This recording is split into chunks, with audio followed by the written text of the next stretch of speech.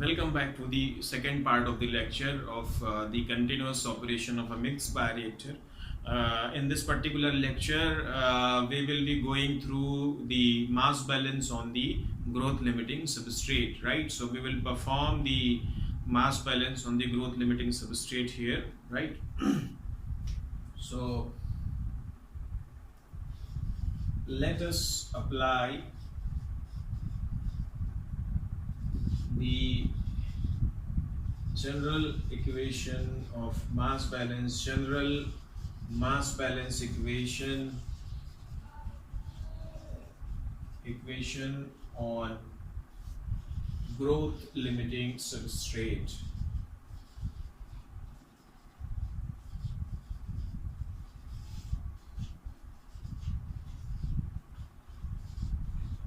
Fine.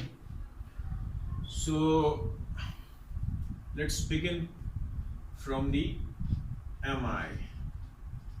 Mi will be equals to feed flow rate F multiplied by the substrate concentration in the input stream, that is Si, right? The Mo, that is mass flow rate out, will be equals to feed flow rate multiplied by the substrate concentration in the output stream, right? Rate of generation Rg will be equals to 0. Why? Because no substrate is being generated inside the reactor. तो जो substrate है वो reactor में generate नहीं हो रहा है, बल्कि वो क्या हो रहा है, आ रहा है, input stream के through आ रहा है, अंदर generate नहीं हो रहा, rather it is being consumed.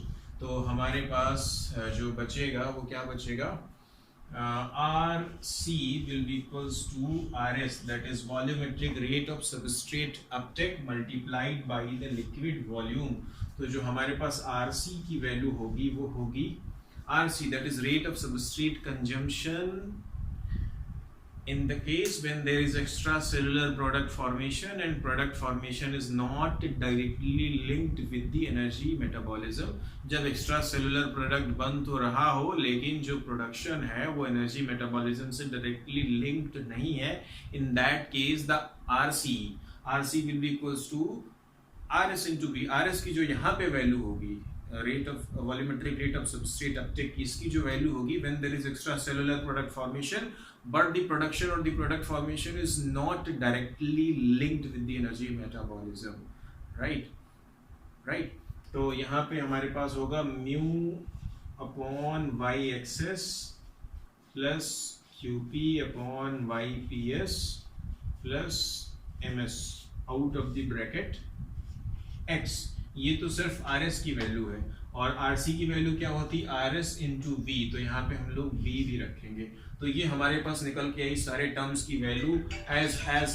as we know that the left hand side of the general mass balance equation, that is dm by dt, will be equals to 0 in this case as well, because the system is at a steady state, right?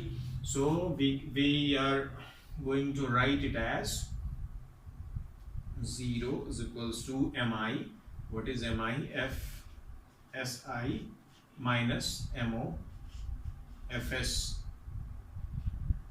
plus rg, that is 0. So it is, no use of writing this again. Minus rc, so minus I will write mu upon y axis plus qp upon yps plus ms out of the bracket xv, right? So we can write it as fsi minus fs minus mu upon y axis plus qp upon yps plus ms out of the bracket xv equals to 0. ये equation है, इसको पहले ऐसे ही लिखना चाहिए था, just because कि आप सारे लोग इतने कमजोर हो चुके हैं मैथमेटिक्स में कि ऐसे करना पड़ता है, राइट? नहीं तो हम सीधे इसको लिख सकते थे. Okay, no issues.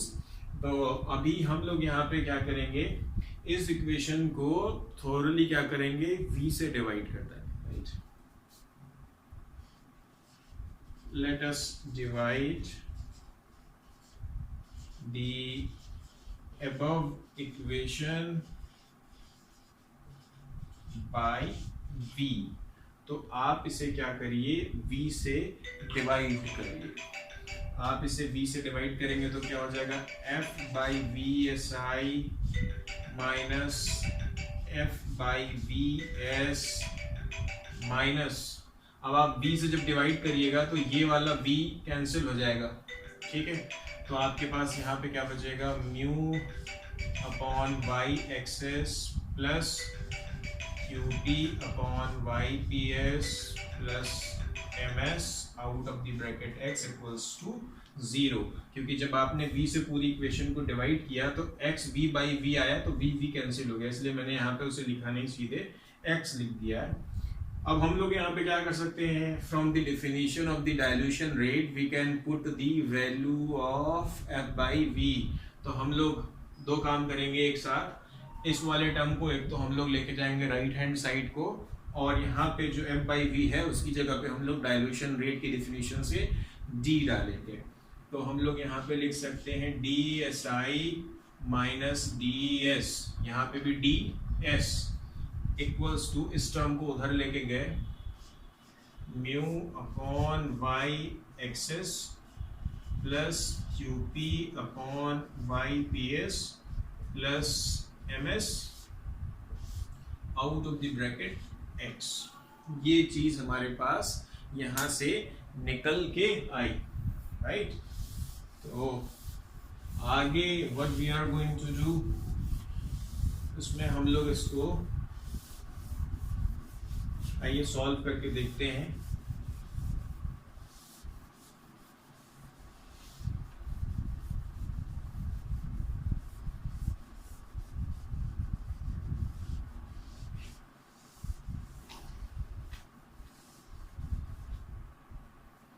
Okay fine, तो ये हमारे पास इक्वेशन है यहाँ पे।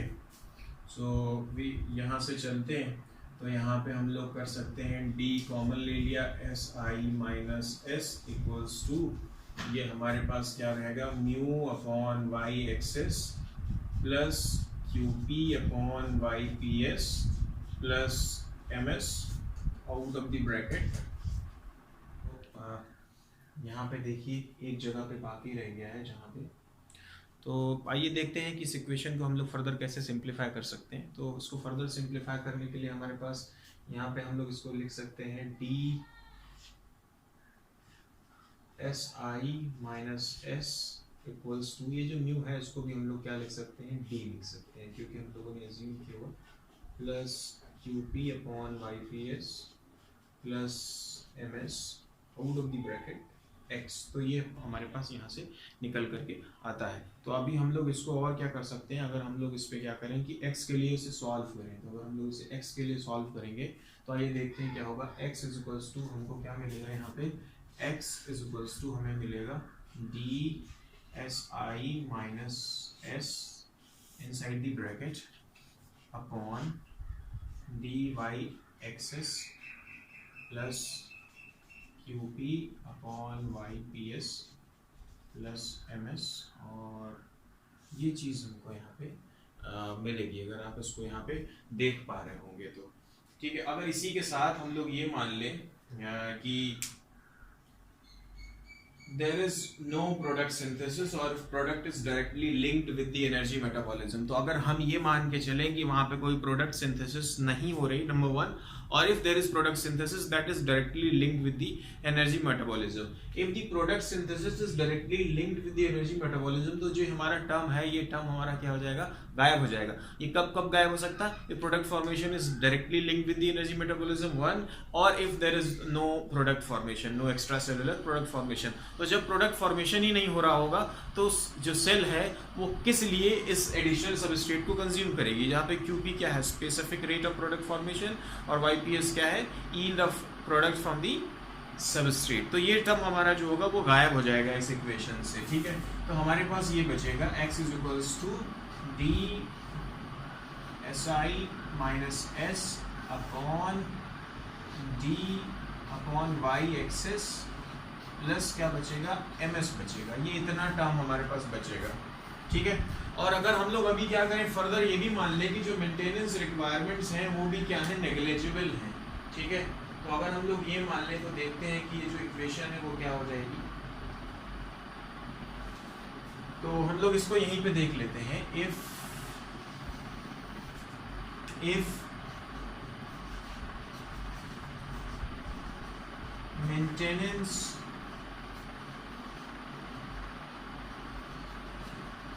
requirements are also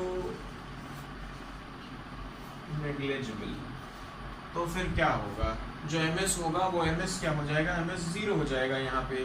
तो हमारे पास बचेगा क्या, x इज इक्वल्स टू, हमारे पास क्या बचेगा, D S I minus S upon D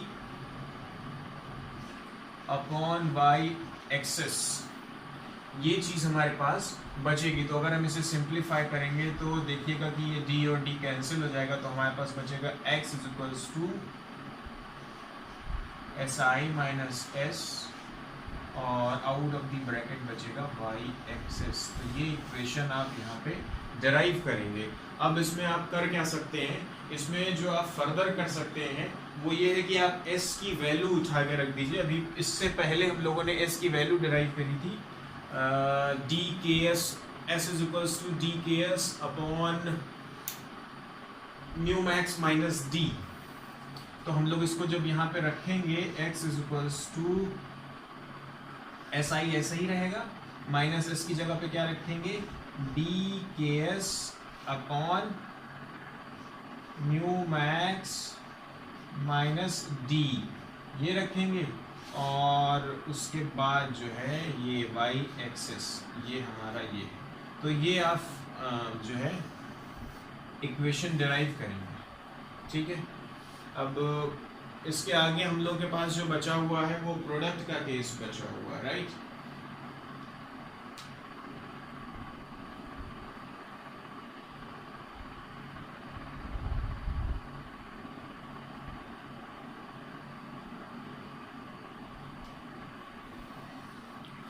तो ये आपके पास इक्वेशन निकल के आ रही है सबस्ट्रेट में, ठीक है।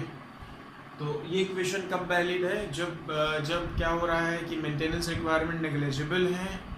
एक तो सी एस टी आर की इक्वेशन है, और it is valid when maintenance requirements are negligible and there is no extracellular product formation, that is why you have ignored this one, or the product formation is directly linked with the energy metabolism। तो जब इस criteria पे आप रख के derive करेंगे तो आपको ये इक्वेशन मिलेगी, राइट। ओके, नेक्स्ट वाले लेक्चर में हम लोग देखते हैं, we will perform the mass balance on the product in a CSTR। Okay.